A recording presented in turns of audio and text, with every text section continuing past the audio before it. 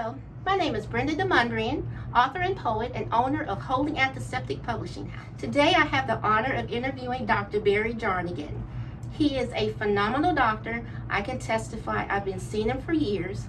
And I wanted to do a show coming candidly about women, celebrating women, and allowing his expertise to come into our lives through YouTube and just give us some insight and some hope, even during this season, about being the feminine creations we are and celebrating women. Dr. Barry Jarnagin, give us some insight on your background and give us a little bit of information about you that can allow us to know how long you've been serving women, your expertise, and then we will take off from there. So first of all, I appreciate the opportunity to be involved with this. Being an advocate for women is something that I have been doing for a long time, over 30 years. I started in a OB-GYN residency and then gravitated towards two areas that when I first started back in the late 80s were in their infancy, and that would be minimally invasive surgery and a field called urogynecology, which now is a subspecialty called female pelvic medicine and reconstructive surgery. And those two areas are what I have ultimately practiced for over 30 years. Because of that, and because of my focus on women, and I'm considered an expert between the belly button and the knees, if you will. So that is what I have done for all of these years. And as it relates to that, I've also gotten into hormonal issues in women, because as I was taking care of women with urologic gynecologic problems, I discovered that no one was attending to their hormonal needs either. And so that is yet one more area of expertise that I have been involved with over the last many years. That in sum is what I have been doing over the last 30 years. I started in the Navy, and then when I got out of the Navy, I was part of the University of Tennessee system. Then I was at Vanderbilt for 12 years, and then I was recruited to be part of a hospital system at Ascension, and then I'm currently now in private practice, but continue to teach and have appointments at multiple institutions so that I can continue to teach in this field. Well, first of all, let me say thank you for your service. And as a woman, I really wanted to do this because I noticed that as a woman, we kind of all have some of the same fears and some of the same thoughts. So I want to kick this off personally from my own experiences and talk about the woman that comes into your office that just can't grasp her worth as a woman, brokenhearted. And so because of that, her female health is suffering. What type of impact does that have on her physically, reproductively, hormonally, when she doesn't know the value in which she was created? So I think one of the things that I have tried to stress to people is that the mental, emotional, spiritual, and physical person are all interconnected. And so while my field is obviously focused on the physical side of things, for instance, chronic pain, we know that over 50% of women with chronic pain also suffer from depression, which is quite logical, because if you hurt every day, you're going to get depressed. Most people would do that. And if you are in pain for a long, long time, that depression can get more and more. So those are interrelated. And I tell women, I can help your physical pain, but you need to find people that will help with your mental and emotional side, because if we don't treat these together, we won't be successful. And you have to treat everything that's going on with a person because it's all interconnected. And the brain is perceiving what's going on in the rest of the body, and that perception may be accurate, may be inaccurate, depending on where she is emotionally. Well, you know, we personally have taken that walk together in my own walk, and so it's very true. As a woman, I just didn't know my value. And so Dr. Jarnagin has seen me go through these cycles of finding Brenda. And so I want to personally thank you, and I want to offer this to encourage women to seek female health care, mental health care, so that we can grow and evolve into everything we were created to be, which then goes into leadership advice. So you've got women in their 20s and 30s, and then you've got women as myself post 50. How does my concerns differ from the woman that's in her 20s and 30s? So there's a lot of similarities. There's also differences. And a lot of that has to do with where women are in their life cycles. Obviously, in their 20s and 30s, they are in the reproductive age, and their hormones are cycling, but maybe not cycling as well as they should. And those are things that have to be dealt with. And those cycles mean that you are going up and down throughout the month, which means your emotions and everything change, as well as how those emotions affect your body. We see a lot of women, for instance, just as an aside, who will tend to have what's called menstrual migraine headaches. So we don't deal with that in menopause because we're not doing the up and down anymore, but they will have menstrual migraines while they're in the reproductive years. So the hormones that are cycling play a role in women's health in their 20s and 30s.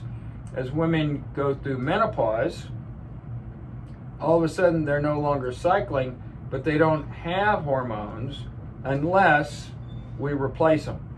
And so there's a whole different effect that either the lack of hormones have on those patients, and or the trying to get the hormones regulated if the patient chooses to do hormonal replacement. So with that being said, when does a young woman know it's time to start seeing doctors such as yourself? That's a great question, and you will get different answers from different people. The recommendations go from anywhere from when they first start having trouble, to when they first start becoming sexually active, to some people thinking that it's a good idea to have your first exam in a controlled, relaxed, or relatively relaxed setting when you're not having any problems in your early 20s before you start having trouble, because you don't want your first exam to be in the emergency room with some emergent problem, because you can guarantee that that first exam is going to be very unpleasant. And so when you need birth control, you need to get that first exam, which kind of goes along with when you start becoming sexually active. So that's kind of an absolute kind of time frame.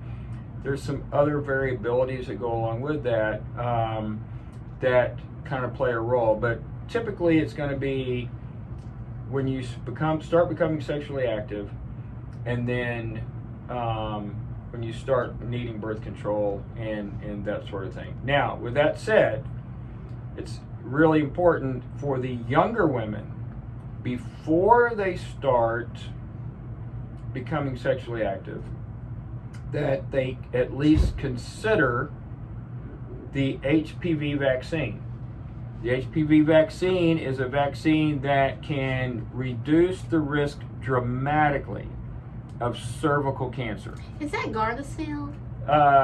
It's one of them, but there's 2 or 3 on the market now. But it's really important. The studies are very clear that we can reduce cervical cancer dramatically if women will just get the vaccine before they start becoming sexually active. So that's before. It has to be before. It doesn't have to be, but that's the best time to do it before the patient has a chance of being exposed to the HPV virus. Let me ask you this. How serious is HPV? HPV can be very serious because HPV can ultimately cause cervical cancer, and then you have to have the treatment for cervical cancer, and then how serious that is depends on when you catch it. Women still die, unfortunately, of cervical cancer. There's no reason for women to die of cervical cancer. If they get their vaccine and they get their regular checkups, that is a preventable cancer. Which leads me to, what hinders women from getting female health care? Is it financial? Is it fear? Is it demographics? What seems to hinder women from getting the female health care that they need? So, as you might imagine, these kinds of problems are multifactorial. There's no one reason. With that said, one of the largest reasons of not seeking health care for female issues is embarrassment. They don't want to talk about their incontinence, or they don't want to talk about, they don't want to talk about sex. And so they don't want to get into a conversation about sex. And then they may go to a provider who's not comfortable talking about sex. And if they try to approach that topic and the provider doesn't take off with that topic, and the provider backs off, then that person may never bring that up again for a long, long time.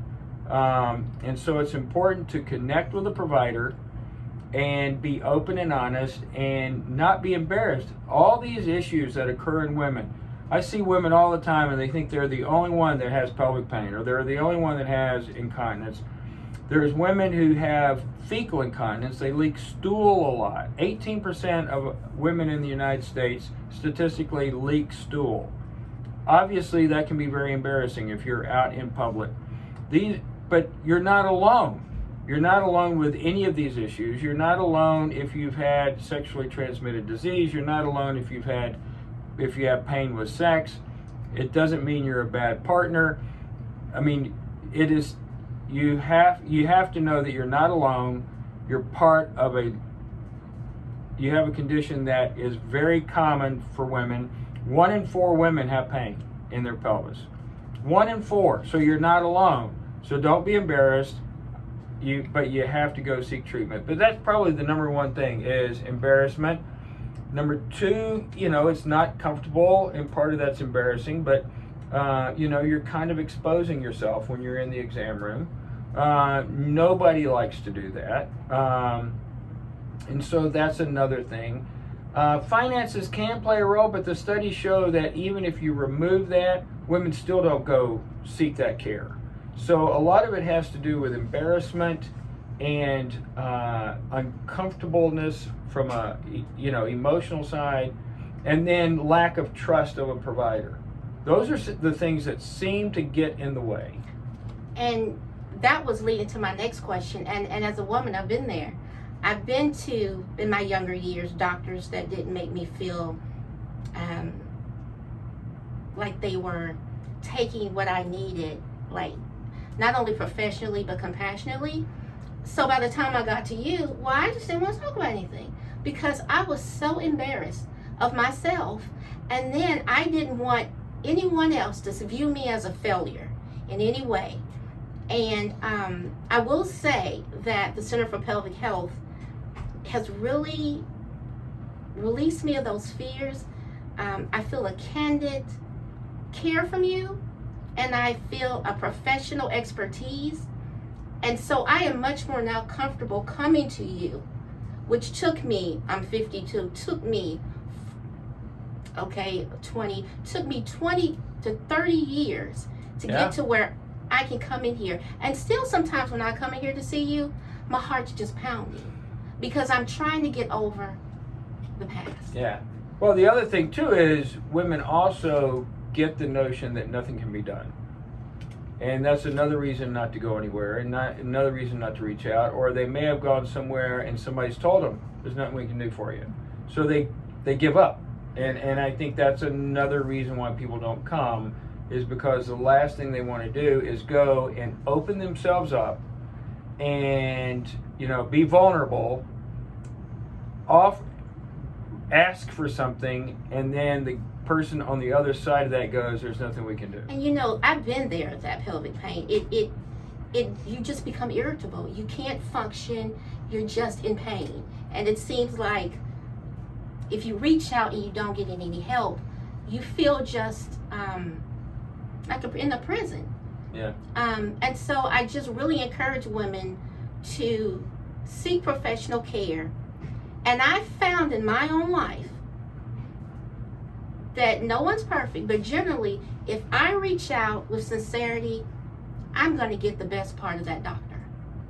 I think that's absolutely true. And even if that provider can't help you, if you are open and candid, and they will hear that, and if they can't help you, they'll try to find somebody who can help you. That's how I found you. And so that's the important side of it. From the patient side of it, is being open and candid and kind of matter of fact, because there's a lot that's been said over the last years that over messaging, and you want to present a open message but not cloud it with a lot of emotions. So you want to keep focused. So you mean when you're talking to your doctor, remove your emotions and just tell him candidly what's going on? To the degree that you can. I mean, emotions play a role, but you want to try to stay focused on where your problem is. And emotions play a role in that, but you want to stay focused as to where your problems are, and be fact-finding in your search for care, and that will help the provider direct. Because with that being said, are all gynecologists urologists? No. So there's general gynecologists, there's general urologists, and then there's those of us who are kind of somewhere in the middle. And I don't do the urology side of it. I don't do men. I don't do kidneys, right? So I'm a specialist in the pelvic floor, and so I don't do babies. So I'm a specialist in the pelvic floor. I take care of women who are having problems because of their babies, or because of this, or because of that. And so it's a unique area that is highly specialized. The exams are more detailed, etc., because it's the expertise that I have.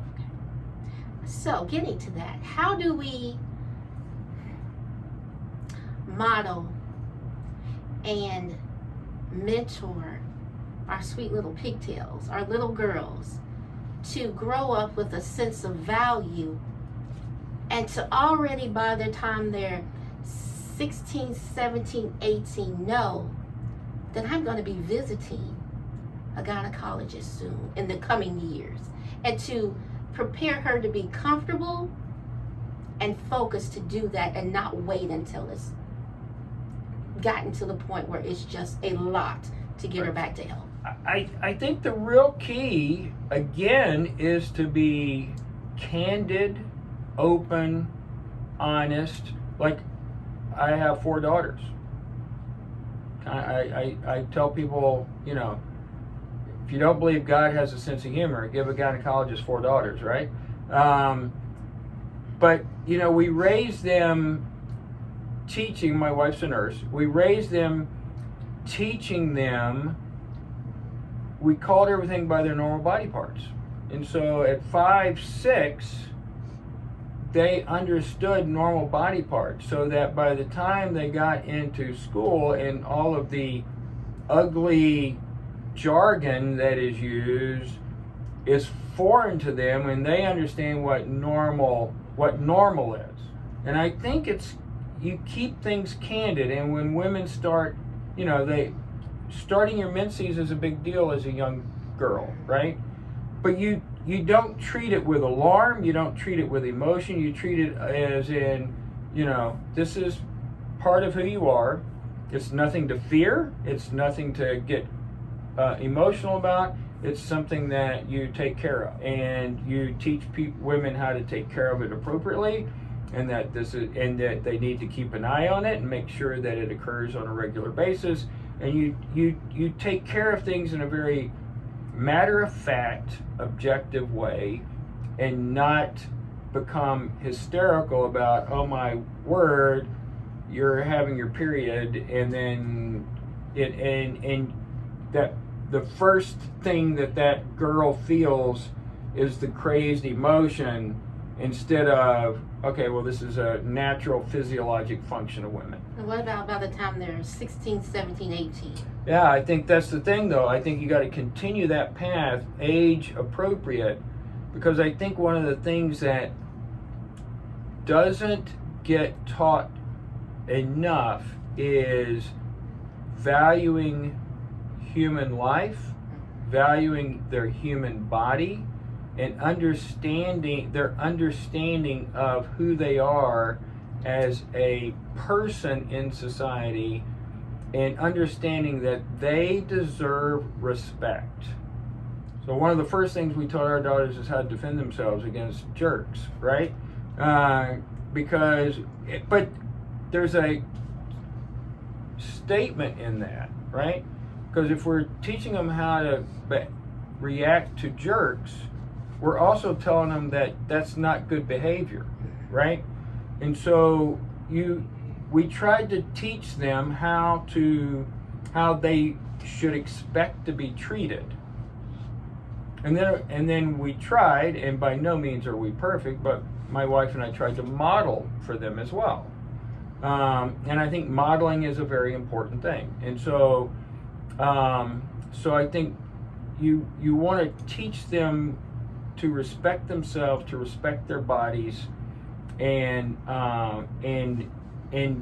have them develop high standards in what their expectations are of themselves and of the people they interact with. Which brings me to this. You've been a gynecologist. You've been in this field so many years. You've seen such a diverse group of women of all ages, cultures, melanin expressions. But what are some things that you see about them that's absolutely amazing in their internal network that you want them to celebrate about themselves? There is every human being, male or female, regardless of ethnicity, etc., are all special people in God's eyes. And I think the thing that people don't seem to grasp is, if you are a female living on this earth, you are a beautiful, on the inside, person with a unique set of skill sets that God alone has given you. It should be your goal to try to build on what God has given you and not worry about what other people have. They have skill sets that you don't have. That's the way we're built. Other people have skill sets that you don't have. You don't worry about what you don't have. You take care of what you do have, and you be very proud of who you are, what God has given you, and you can be that blend with that group, and you'll have skill sets they don't have, they have skill sets you don't have, and you can move together with different skill sets. Just like, in the Bible where Paul talks about, the eye and the ear and the leg, and the different functions of the body move forward as one in Christ. Human beings are very individualistic, and my skill sets are not what yours are. And you have skills that I don't have. I don't have skills that you don't have, and here we are And talking. it makes the whole body work. And Makes the hopefully whole somebody society work. out there is going to be better because our skill sets are now working together. Yes. And that's kind of what you want women to know, is they have worth, they deserve to be respected, and they don't covet or don't look at how beautiful or how smart or how athletic or how whatever the other person has. You look and understand that God has given you specific values and skill sets that only you have. And so we thank you for today. I personally don't want you to have to be post 50 as I am to understand this. I want women to celebrate who they are. I want to see women and men rise to the occasion and come out of this season better, more equipped, healthier, focused, and responsible to make our society better. And so today we celebrate women with Dr. Barry Jarnagin, and we thank you. Well, I thank you again for allowing me to be here, and we started really talking, and I probably talked too much. So we'll have to do it again to get to the other questions we didn't get to. Yes.